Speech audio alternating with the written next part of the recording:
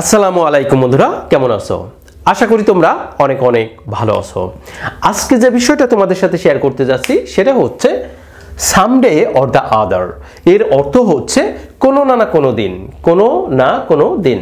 তাহলে কোনো না কোনো দিন এর ইংরেজিটা হচ্ছে সামডে অর দ্য আদার।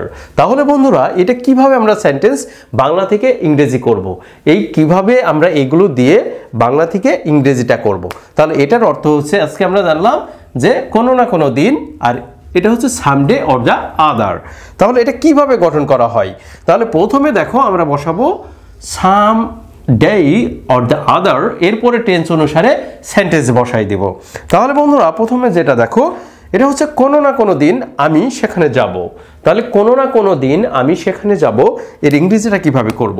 তাহলে প্রথমে আমরা বসাবো সাম day or the other, someday or the আদার, এরপরে আমরা দেব সেখানে যাব। তাহলে কে সেখানে যাবে? আমি। তাহলে আই উইল গো দেয়ার। কোনো না কোনো দিন আমি সেখানে যাব, কোনো না কোনো দিন সে আমার সাথে কথা বলবে। তাহলে সামডে আমরা এরকম বাক্য অহরহ ব্যবহার করে থাকি। তাহলে বন্ধুরা সামডে অর দ্য আদার, এরপরে আমরা কি বসাবো? দেখো সে আমার সাথে কথা বলবে, ফিউচার এটা। তাহলে শি উইল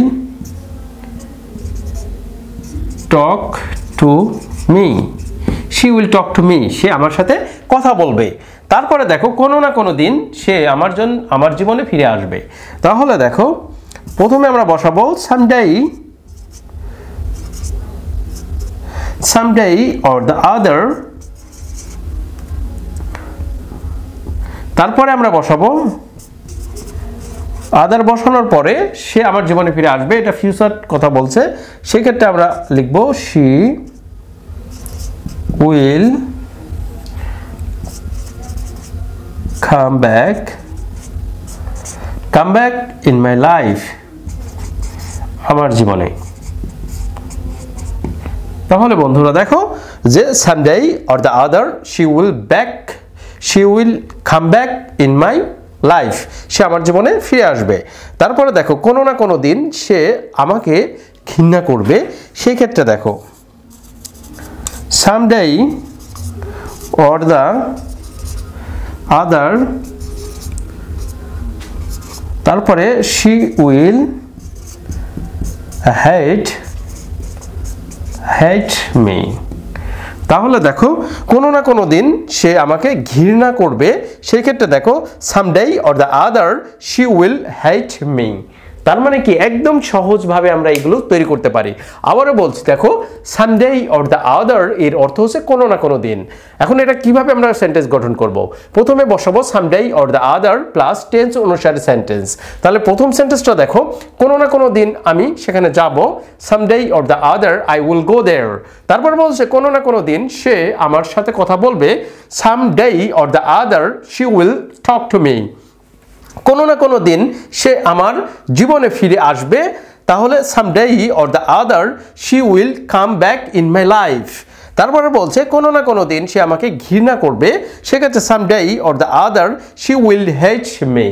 আই হোপ তোমরা বুঝতে পারছো যে কিভাবে সেন্টেন্সগুলো আমরা করতে পারি ইজি ওয়েতে, শুধুমাত্র কয়েকটা নিয়ম জেনেই কিন্তু আমরা বাংলা থেকে ইংরেজি করতে পারি।